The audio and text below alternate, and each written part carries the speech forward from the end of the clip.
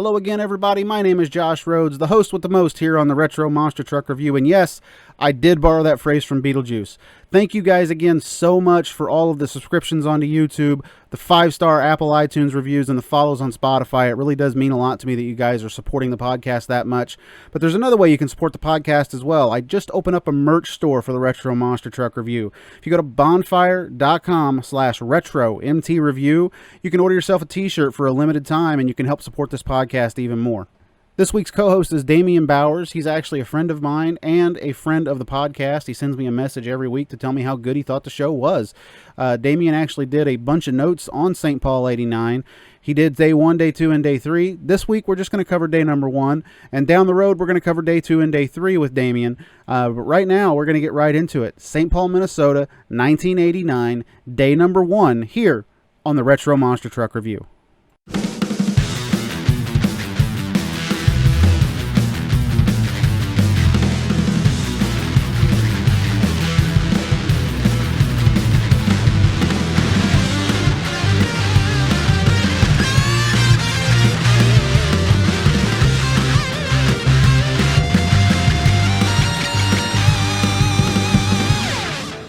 Hello again, everybody. Welcome to yet another episode of the Retro Monster Truck Review. This week, St. Paul, Minnesota, 1989. We're going to cover day 1, this first one, and we'll have Damian come back, and we'll probably cover day 2 and day 3 as well. But Damian, go ahead and introduce yourself to everybody.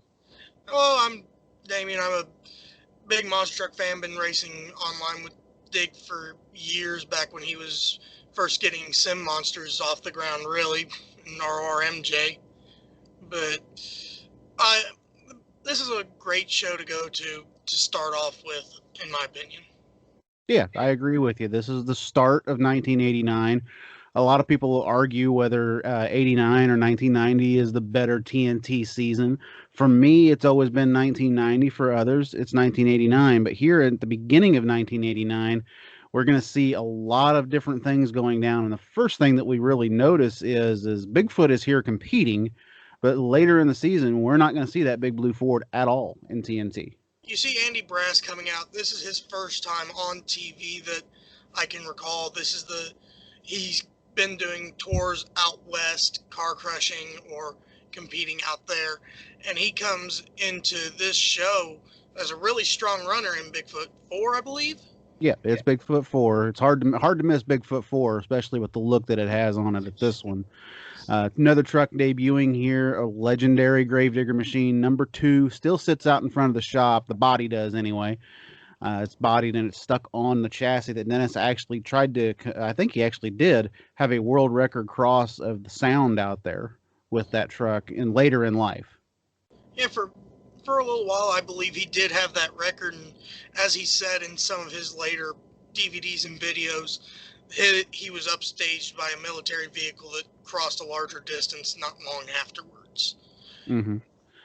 Let's see, another brand new truck that we're going to see on this tour, Mark Wheeler and Terra Duster, and someone we don't normally see. Al Spencer and Gentle Ben, one of the coolest looking trucks out there exhibition-wise. Bill Jones, Rebels Revenge. Jeff Zimmerman and Madman 2. And then we've got another guy here that a lot of people probably know, Steve Combs and Night Stalker, a man that developed a lot of suspension for monster trucks back in the day as well. What do you know about Steve Combs, Damian? Steve Combs, he's most days now you hear his name come about with the Night Stalker shocks. He really innovated the bypass shocks coming into the industry throughout the 90s. That he certainly did, and man, Steve Combs was on a lot of people's radar in the 90s. Another truck here, Dave Wysorick and Nightlife 2, one of the most consistent trucks on the TNT tour.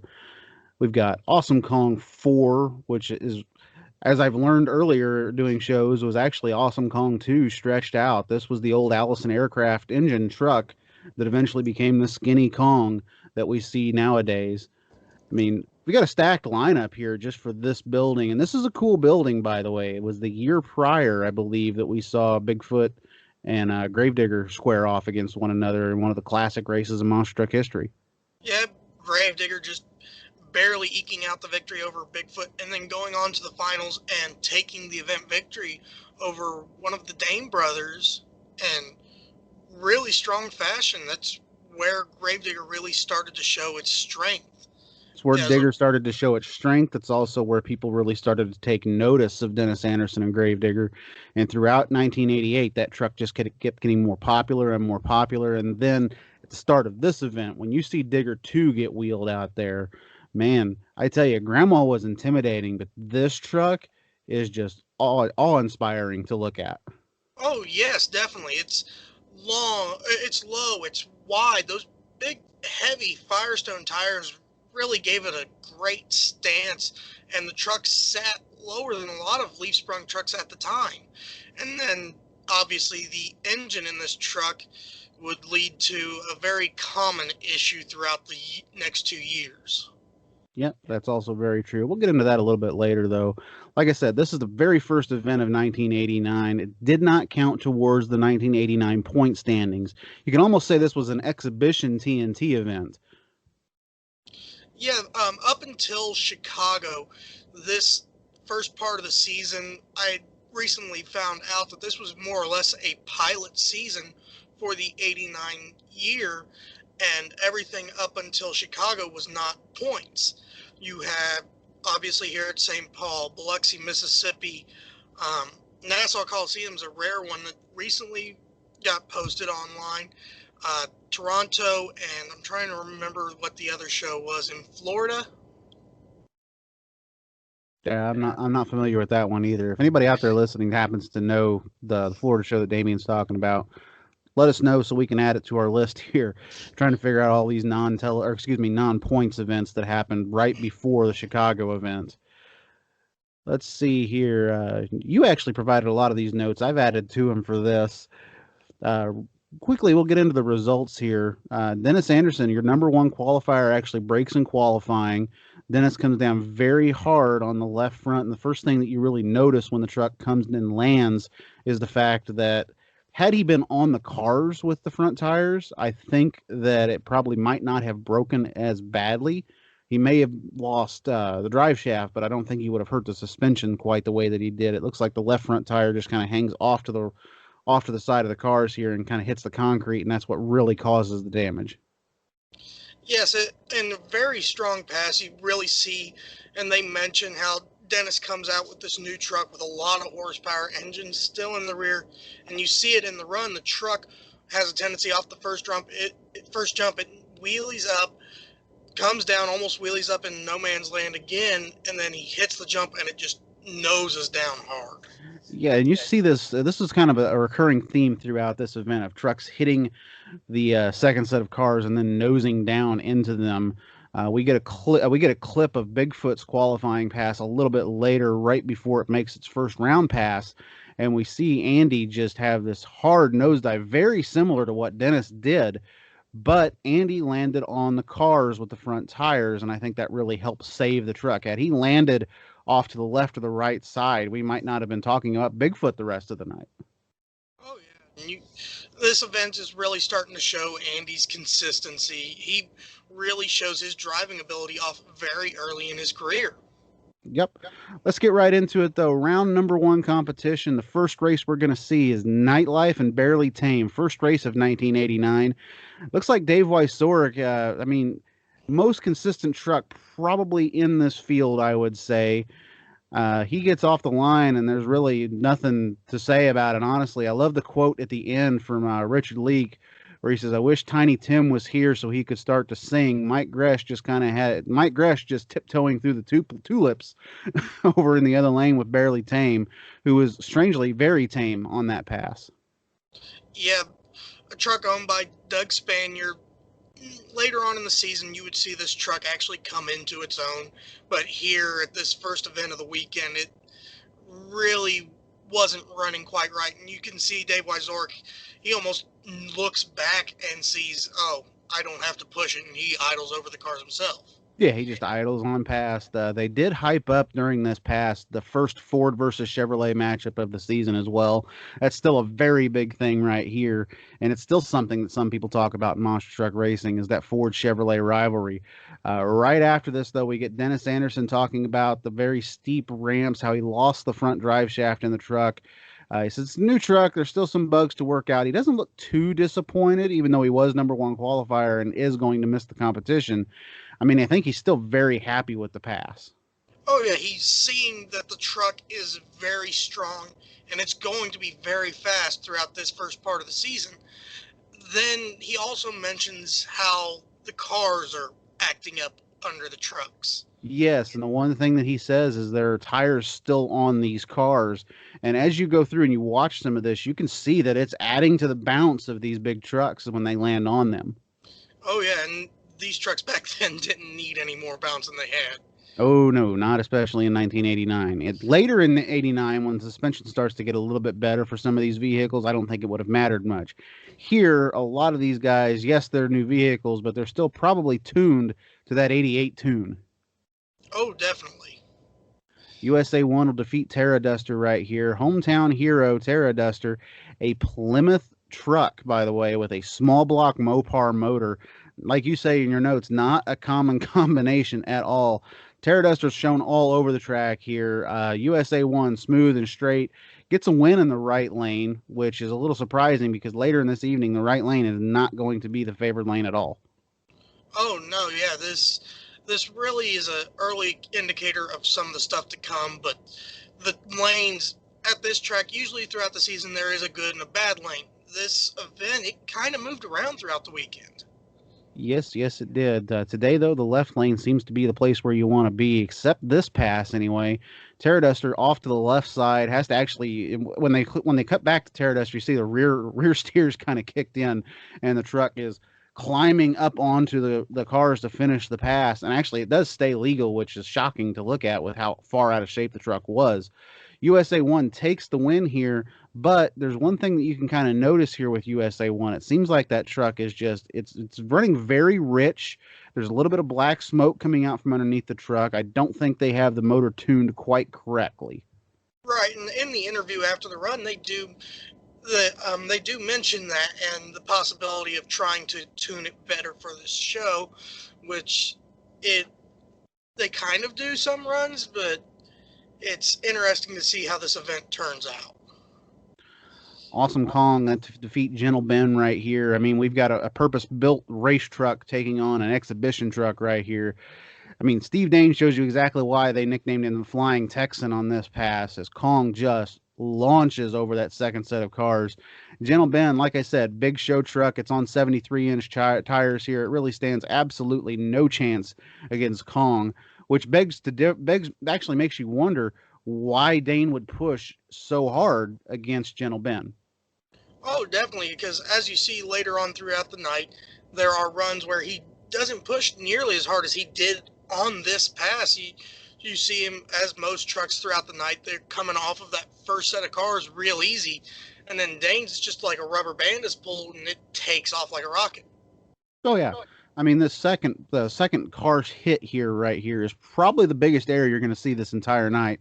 Bigfoot's going to have a pretty good launch a little bit later, but this one is just, it's insane to watch how far out this truck goes. Dane mentions after the pass he had a poor qualifying run, but he's still pretty modest about being a top contender right here. Right before we get into Madman and Rebel's Revenge, two trucks that haven't been talked about on this podcast before. For those that don't know, Madman actually goes on later in life to become a certain truck by the name of Thunder Chicken.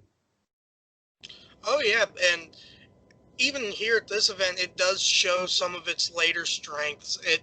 Thunder Chicken was a truck that would sneak up and could steal a win at any point. And then with the Rebel's Revenge, that truck, it had a life a lot longer than a lot of trucks because that was originally the Michigan Ice Monster. Yep, a lot of people don't know that about Rebel's Revenge. Chrysler-powered Chevrolet right here for Rebel's Revenge. Very simple paint scheme for that truck as well. Just a really simple-looking truck. And honestly, when you look back at what that truck was to what it is now, it's almost kind of a sad... It's almost in a sad state to me, anyway. Oh yeah, and as the years go on, it gets some different designs that still nothing quite matching up to what it was originally. Yeah, and no disrespect to Bill Jones here. I mean, he like I said, he purchased the truck, he built it the way that he wanted to. But like I said, the paint scheme on the truck, from what it was, what it once was in the mid '80s to what it is now, is it's just a highly downgraded piece of machinery compared to what we have out here with, say, Madman in the other lane. Madman still looking like it's the wide wheel width and the long wheelbase, a philosophy that would later on be very, very competitive. But here, like I said, the truck's still kind of in its infancy. It's not really as competitive as I believe it should be, but it does get a win here against the Rebels Revenge. We move on to Bigfoot 4. We're going to take on Night Stalker. Steve Combs actually has a pretty decent looking pass going here as they start out pretty even off the line. This is Brass's first competition in TNT, and we really see a glimpse of what Andy's going to become in this pass. Oh yeah, you definitely see this because Andy is so smooth over that first set of cars, getting the truck back on the ground and building up more ground speed up to the finish. And Night Stalker here, no stranger to the monster truck world with Steve Combs. Like I said, after he gets out of the seat, he's just going to take this name and he's going to turn it into his Night Stalker shocks or the Combs shocks that we would later on see down the road from Steve here. He has a pretty decent pass, like I said, though, but Brass just takes a huge lead in no man's land, skies the truck, much like Dane did earlier to take the win. Oh, definitely, and you see the difference in the development of the trucks. Night Stalker is still along the lines of the early leaf sprung show trucks, whereas Bigfoot 4 has started to become this racing juggernaut that people would know for years to come. Yep, very true. One thing that we'll notice here, though, is we get our first glimpse of Andy Brass. I love your comment in the notes, did make me legitimately chuckle.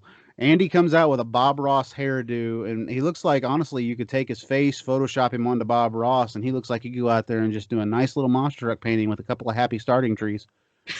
Very true. Paint some crush cars over here to give it company. Exactly. He loves the way that the sport is putting the racing and taking the front here. Andy's first interview, he's very calm. He has no idea who he's going to take on next round, which I think is hilarious because usually Andy's pretty well on top of that. But here he doesn't have a clue. He does say that he thinks he's going to really like this racing deal, and I think the kid's going to do pretty well for himself. Oh, definitely. And as I said earlier, this is really where he starts to show his strength. We're going to see a lot more in the coming years. It's here Master Disaster is going to get a buy run for Gravedigger Braking. I believe they did drop the pass so Dennis could try and have a little bit of time, but we know Dennis is not going to make it back. Master Disaster will get the buy run here. And then going into the quarterfinals is where we pick up the action. We see Master Disaster taking on Rebels Revenge, who was the second quickest loser in the bracket. And MOD here sporting a brand new 89 body. This is the same truck that we talked about earlier on this podcast that would go on about a year or so later to win the Texas Stadium 3-lane drag racing.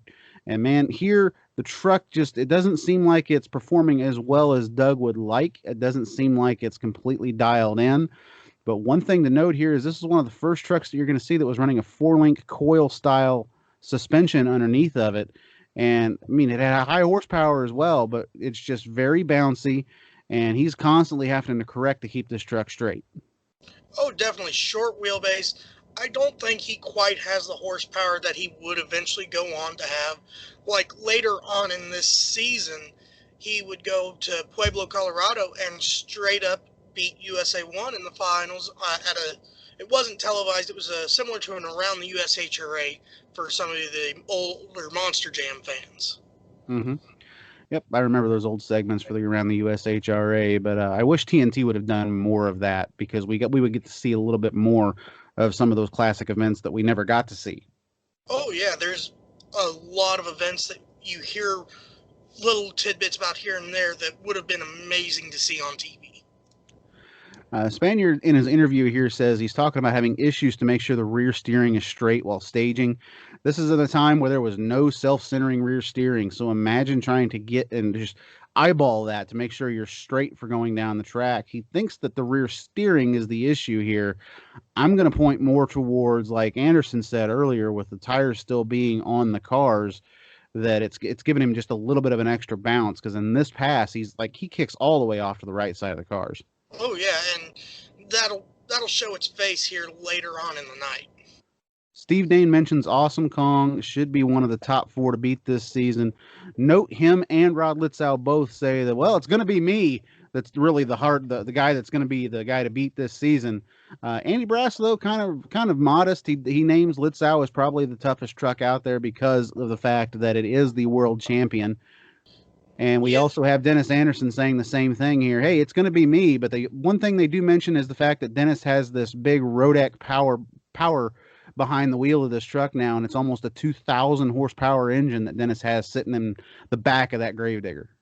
Yeah, something that would eventually and very shortly throughout this first quarter, they would end up changing the rules to where before the point season started, Dennis had to get rid of the aluminum block, had to go to the old cast iron parts and a smaller blower. Yeah, and honestly, I think that helped Dennis in the long run. But man, the power of this truck in the early part of TNT in 1989 is just flat out awesome. And we got a little glimpse of it in qualifying, and that's all we got, unfortunately, this entire weekend, I believe. Dennis, like I said, usually his proud self, knowing that if the truck survives, it's going to be fast. Note that all of the drivers in this interview, other than Andy Brass, mentioned that they were the top truck and driver combination, which I thought was kind of funny. But, I mean, at the same time, they're all trying to build their own confidence here at the beginning of the season. Oh, yeah, and very possibly Andy had a bit of a knowing that he wouldn't be running the full season, possibly. Yeah, we'll get into that a little bit later, though, when we get to the question of the week here. Next race we have is USA 1 defeating Nightlife.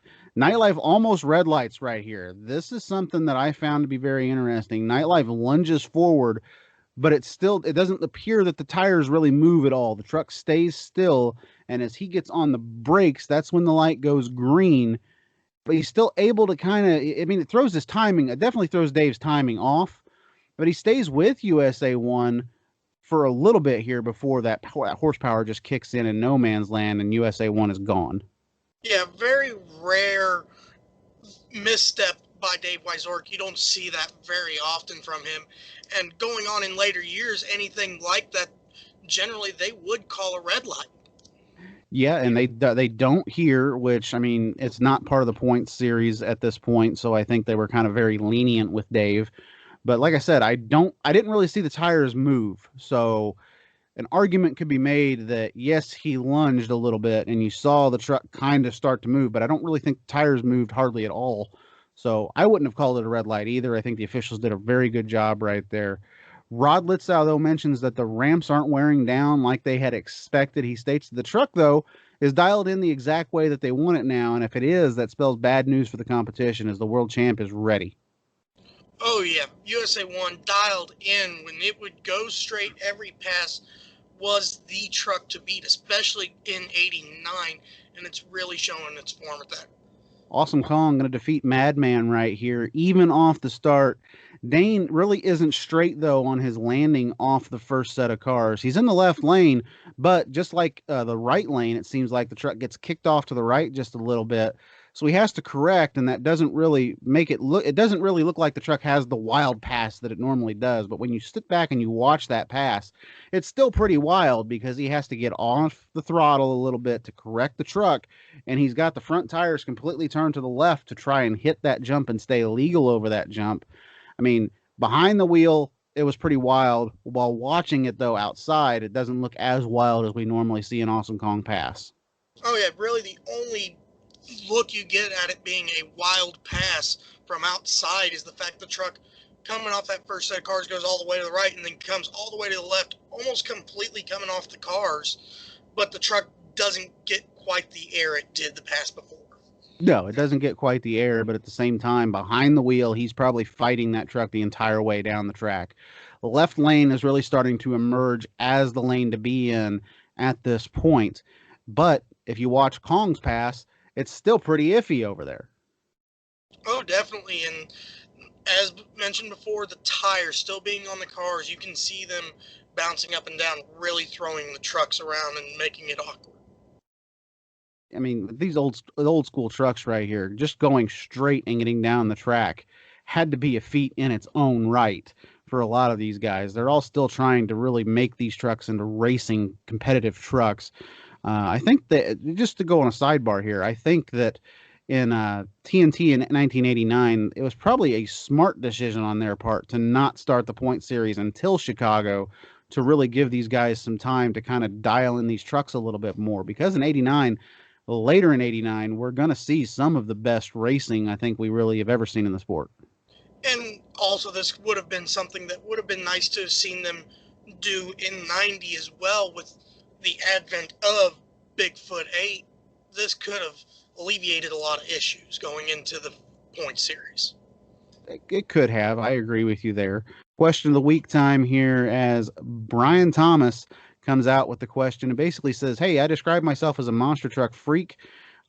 He basically asks, "Who's taking over for Rich Hoosier behind the wheel of Bigfoot this season?" And Andy Brass is obviously the one that's interviewed here, says he's taken over Rich's spot on the team.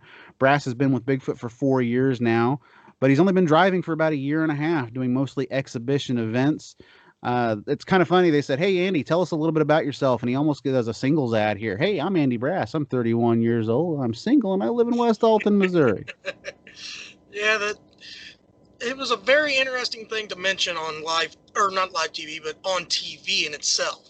Yeah, I thought it was funny. It was like Andy Brass trying to go for one of those 1 hour date kind of things right there. But anyway, obviously happily married now. I want to point that out in case there's any ladies listening to this going, West Alton, huh? But anyway, Richard Leake then asks about the brand new 1989 Bigfoot truck, and you kind of see Brass smirk just a little bit.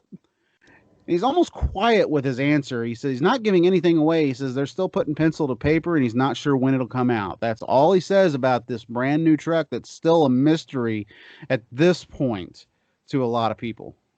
Oh yeah, and it's not very far along yet, but when they finally do debut it, it changes the whole industry.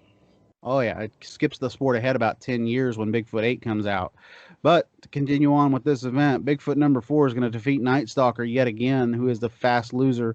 Rematch from the previous round. Brass is smooth, but something to note is that the left lane, the same lane that Kong was just in, it does kick Brass off to the right just a little bit, and it causes him to slow down slightly and not attack the last set of cars like he had in the previous round, which is a little bit interesting to me when you look at that. We have had two trucks in that left lane, same issue. Oh yeah, and you can see it on the start of the run. There's a bit of a dip on the right side of the cars, just pulling the trucks off track. Yeah, so now I would almost consider both lanes to be really even at this point because, like we said, we've had, yes, two winners come out of that left lane, but I mean, they're both having the same issue. It's kicking them off to the right. They're no longer staying straight at this point over the cars on that left side. Correct, and both lanes are having similar issues coming off the cars, and it's going to be interesting to see how this affects going into the Final Four. Speaking of how interesting it is, Brass is interviewed, and Army basically says, "Hey, it's coming down the lane choice now as we get into these faster trucks." And Andy says, "Absolutely, he's got lane choice the rest of this evening. He is the quicker qualifier of these guys." And this is actually before we started seeing times really play into lane choice with monster trucks. It just used to be, "Hey, you were the number one qualifier. Okay, you've got lane choice the entire night." Later on in this season, I believe, is when they're going to start implementing that, hey, the quicker time from the previous round is going to have lane choice. If I remember correctly, yeah, and this is a big thing because you see throughout the season, a lot of drivers really gun for that number one spot because they know they get lane choice throughout the whole night. They would get lane choice throughout the whole night, and they would necessarily have a little bit easier run through the bracket. So that's why I think they went to the faster time gets lane choice to basically make these guys make a pass. Right, because you would see, like earlier on in the night, Wyzork versus Gentle Ben, or he would not push the truck, or not Gentleman, Rebel's Revenge, I'm sorry about that. But you would see him not push it near as hard because he knew he didn't need to. There was no incentive for him to wear the truck out every pass. Exactly, and he didn't really have to worry about that at all. We get into the semifinal round now. We get USA 1 and Master Disaster. These two, anytime these two trucks lined up, it was something to really behold, honestly. And this right here is one of those passes. MOD gets a really good launch, but we see over in the other lane that USA 1 just completely stalls out, and then all of a sudden, you watch USA 1 almost pull a wheel stand over the front of the cars as soon as Litzow hits the throttle. The truck comes from behind. Master Disaster has an opposite pass of what it had the previous round, where it had bounced off to the right. This time it bounces to the left and starts going to the center of the track, while USA 1 just absolutely skies it over that second set of cars and passes him just before the finish line to steal the win away from Master Disaster. Oh yeah, one of the definitely the smoothest passes of the night from USA 1 in terms of a bonsai pass is bouncing as hard as he had to run it. And before the run, you could see the truck just every time the engine would lope over, you'd see black smoke, and they zoom in on Litzow, and you can actually see the smoke filling the cab of the truck almost, just black smoke. And that's a definite giveaway, is the fact that the truck is running very rich. So earlier in the night, Rod had said the truck is running 100%. Right here, it stumbles hard. It kind of reminded me of Bigfoot 4 in Louisville a year later, where the truck would just stutter really bad on the line. And here it almost cost Litzow the race. What really saved him was, number one, he had the better lane, and number two, he just had a much higher horsepower truck that he could do a pass like that and get away with it. Oh yeah, he made a much smoother round. You seen Master Disaster in the far lane was all over the place, the full length of the track, and then, like you said, the horsepower just pulled it on through on the big end. Yeah, horsepower definitely pulls on the hometown hero truck right here. It's going to go to the finals, and man, I don't know who it is right there by the camera, but they are absolutely losing their mind to the fact that USA 1 is moving to the final round. You can hear as Rod's being interviewed as well, people cheering. They really love this truck in Minnesota, and you can certainly tell that Rod Litzow is going to do everything he can to sneak out a win here for these guys. Oh yeah, he's definitely pushing the truck as hard as he can, even with the fueling issues. Next up, though, is a race that I really want to have some insight here on. Bigfoot and Awesome Kong, probably the closest race of the night. Kong sent to the right side of the track, whereas beforehand, Brass had been interviewed. He had said that he's going to kick Kong to the right side of the track because Dane had previously mentioned how much he would rather be in that other lane. Well, Brass, obviously second quickest qualifier here, is going to say, nope, sorry, I'm going to take that lane. He throws him over to the right side. As they leave the line, though, the whole shot slightly goes to Bigfoot, and I mean barely goes to Bigfoot. Bigfoot doesn't have a bad bounce in no man's land, but if you look on the right side of the track, Kong is straight, but has one of those bounces that you would see classically in TNT, where the truck would land, it would bounce, all four tires would come up off the ground, and then it would almost shove itself into that finish line ramp, and it would bounce into the air pretty high. Kong would go nose high because of this bounce. Bigfoot would be nose low, but they would both land simultaneously in the center of the cars and just be a drag race from that point on as to who gets the line first. Oh yeah, and it was a damn good drag race. This is what TNT really came to be known for, was these knockdown, drag-out races going for the victory. And this is two of the biggest names at the time doing it. Yes, exactly.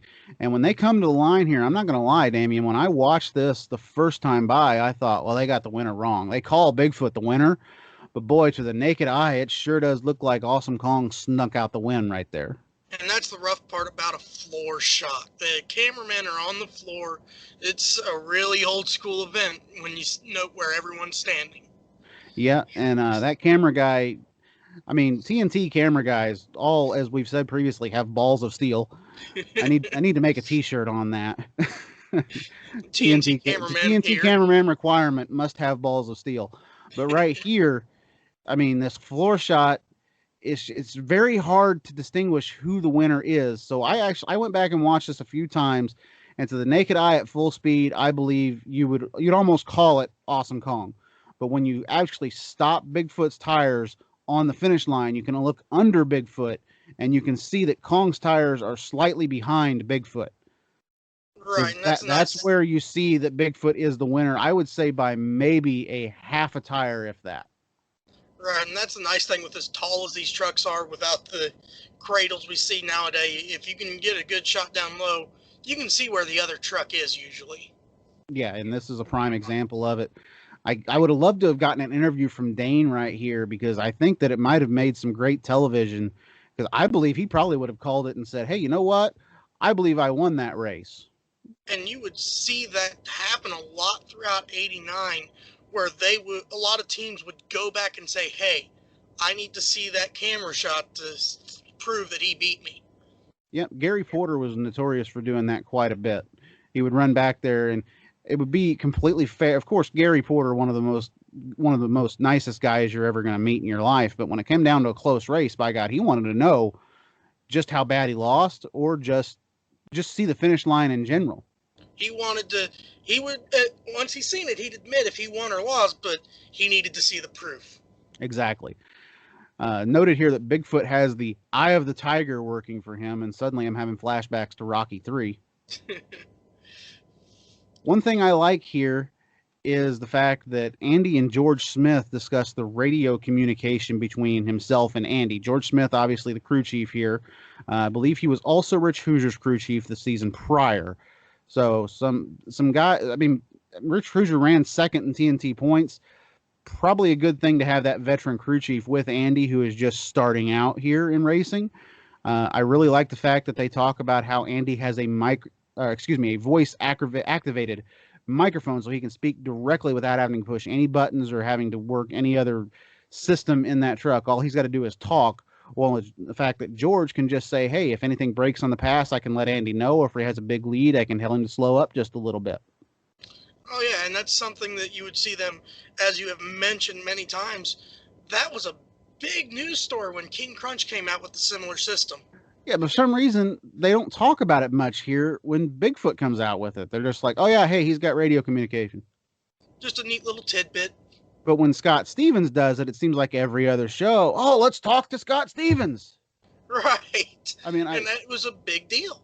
It was a big deal, but at the same time, you're almost left scratching your head going, man, they're talking about this at the beginning of 89. Stevens doesn't come out until about mid-89 with this technology, and it seems like it's the biggest thing in the sport to talk about. Right. All right, we got the final round here, and no surprise whatsoever as far as I'm concerned. The championship truck from 1988 in the first race of 1989, taking on its biggest rival from that season prior. Bigfoot and USA 1. Obviously, Bigfoot's going to have lane choice here, kicking USA 1 to the right side of the track. Probably not where a truck that's been having fueling issues wants to be. Right. As rough as that lane has appeared to be in the previous two passes, he's got to stay floored the whole way. He can't really feather the throttle to make the truck settle down. That's very true. The hometown truck here taking on, like I said, its biggest rival from the year prior, but with a freshly opened new rookie driver, fresh out of the package, ready to go behind the wheel here. But this ain't just any other rookie driver. This is a guy that's going to go on to become probably one of the best monster truck drivers in history. And now he's lined up here against the guy that many people probably would consider at this point the best in monster truck racing. Oh, definitely. Litzow at this point, he won the first points championship, went out at the end of the previous season going into this season, running right there at the top with Awesome Kong, with Bigfoot still the last few shows of 88 after Louisville. Yeah, and one thing to note too here is earlier when they had all the like who they thought were the top 4 drivers going in to 1989 interviewed, the first person that Brass says is probably the truck to beat in 89 is Rod Litzow, and now he's taking him on in the final round. Oh, definitely, and what a pass we have going into this final. Oh yeah, Ford and Chevy, obviously the biggest thing they're going to push right here. One thing they should have pushed was rookie versus world champion, but they really don't at this point. Rod actually gets a slight little hole shot here and has the lead into no man's land, but once Bigfoot settles in no man's land, this race is pretty much over. Rod Litzau starts going all over the place in no man's land. He actually gets a really bad bounce off the cars, which puts him going to the left just a little bit, which is kind of ironic because in the past beforehand, when he was racing Master Disaster, that's exactly what happened to Master Disaster in that lane. Same thing happens to Rod here, and he loses any advantage that he had whatsoever. Brass just scoots on by him, and in his first TNT race, Andy Brass takes his first TNT win. Yeah, and by a clearly large margin, USA 1 didn't even finish the pass on the cars, would have been called a DQ even if he had beaten Brass to the line. Yep, and I mean, when you look back at this race, very smart strategy basically used here by Andy Brass because of the lane choice that he had. He didn't really have to push it as hard once he knew Litzau was having trouble in the other lane. One thing I will say, it's very surprising that a guy who just won a championship would lose to a rookie in such a fashion. Oh, definitely, but as you said, it all came down to lane choice. Andy, such a natural talent in these trucks because even going into the next year, switching from the newer design back to this truck with a slightly modified suspension, damn near dominated a whole show at the Louisville Figure 8. Yes. And let's not forget, too, this is also Bigfoot 4. And at this time, this truck probably still has the 88 tune underneath of it suspension-wise. But the truck still worked no matter what. I mean, this truck it's a workhorse. We'll put it that way. This truck used to come out and do exhibitions in the middle of racing events and still be ready to go for the next round. I mean, you can't really fault the truck. And when you put a driver the caliber of Andy Brass behind the wheel, yes, he's a rookie at this point, but still, the man knows how to drive the truck because of Bigfoot's driver farming system that they had at the time, which was, hey, go drive for a year and a half, do some exhibition shows, learn where you need to place the truck out there, and then maybe you'll get a shot at racing. And Brass was, as far as I'm concerned, the #1 graduate from the Bigfoot Driving Academy. Oh, yeah, really the only person that ever came close to that skill level or maybe surpassed it was Runte, and that took him a while to get there. I don't know. I still would call Brass like the #1 graduate from that school of thought. Because, like I said, Andy won in many different styles of trucks where Dan really, I mean, he had virtually the same chassis until he retired. Very true. I don't know. I still call Brass the #1 graduate there from the Bigfoot Driving Academy. I'll give you that because of the two styles of trucks he drove. He drove going from the original style, Generation 2 style monster trucks to the first fully round tube style truck, the first with the cantilevers and the gas shocks that was a bit of a handful throughout its first year. Yep. One thing that I really liked about this post-race interview with Andy Brass is the fact that they did include his crew chief, George Smith, as mentioned earlier. Something that we don't see in too many interviews these days as far as monster truck racing goes. We don't really see any of the crew unless they're shown behind the scenes. Oh, the crew's working on the truck, but you don't know the names of those people. You don't necessarily, I mean, you see their faces, but you don't know their names unless you happen to be backstage at an event one day and you introduce yourself to that person and they're like, oh, hey, that's so-and-so. Or like you and I both know Dan Agosh very well. We see him on TV. Hey, there's Cheech. We know him. Oh, yeah. But we don't really see that very much. And George Smith gets some airtime here in this TNT event, and I think it's something that we need to see more often in current monster truck events. And that's something I love about these older broadcasts. This was portrayed as a motorsport. This wasn't portrayed as entertainment. This was portrayed to show the lives these guys live pushing these trucks to the limit. Yep, and something that we need to focus on more as far as I'm concerned. But anyway, off my soapbox for a second, we'll hop back into this. Power Tracks is obviously a very low-budget television program, but they did a very good job pushing this sport as a professional motorsport. This episode in particular, I will say that they did a very good job of that. I was very pleased with the overall production of this event. The only thing that, like I said, in every Power Tracks episode, one of my really only gripes is the fact that they, #1, they never show you the racing bracket. They show you the first round pairs. That's it. And it's done in this really low quality graphic, which later on in this season, we're going to get Tough Tracks that shows us this high quality, awesome looking style bracket, shows you the entire bracket all the way through, They show you at the beginning of every round which truck is going to be racing which. We don't see that here with Power Tracks. That's really the only complaint that I have as far as the broadcast here goes. I gave the show itself a 7 out of 10 because I really enjoyed the fact that the broadcast was great here. While as the racing, on the other hand, this time around, I think they could have done a little bit better track prep job as far as I was concerned. The hill on the right side, the ramps, they weren't right on the right lane of the track. Even later, the left lane starts to go away. It will go away a little bit, and they don't really do much to improve it. Oh, definitely. And for me personally, the old school fan I am, I would give this show personally an 8. I do agree with you on the bracket side and the lower budget style thing. And Tough Tracks isn't the only high budget program you see going throughout 89. You also see the introduction of Trucks and Tractor Power at a couple events. Yeah, and Trucks and Tractor Power, also one of those shows that really took the next step forward, while Power Tracks just seemed to slowly start to fade away at this point. And the only thing that I really missed from Power Tracks after it eventually went to the Great Monster Truck Museum across the sky was the fact that we lost Richard Leake as one of the announcers. And Richard, after Power Tracks, we don't really ever hear from him again in Monster Truck Racing, which is, to me, extremely sad because the man could make a broadcast with his puns. Oh, definitely. And as the person I am, I loved growing up. I watched the old tapes that my parents recorded of the Tough Tracks and stuff throughout the late 80s into the early 90s, that you have Scott Douglas and Army together, you have Gary Lee and Army, and you have Richard Leake and Army. I'm not going to lie, out of those bunches, or out of Scott Douglas and Army and Richard Leake, I personally preferred Richard because Army's always high energy when it comes to announcing these shows. It kind of helped to have someone pull it down a little bit. Yeah, and Richard was extremely good at that. One common denominator you mentioned there was Army Armstrong on every one of those broadcasts.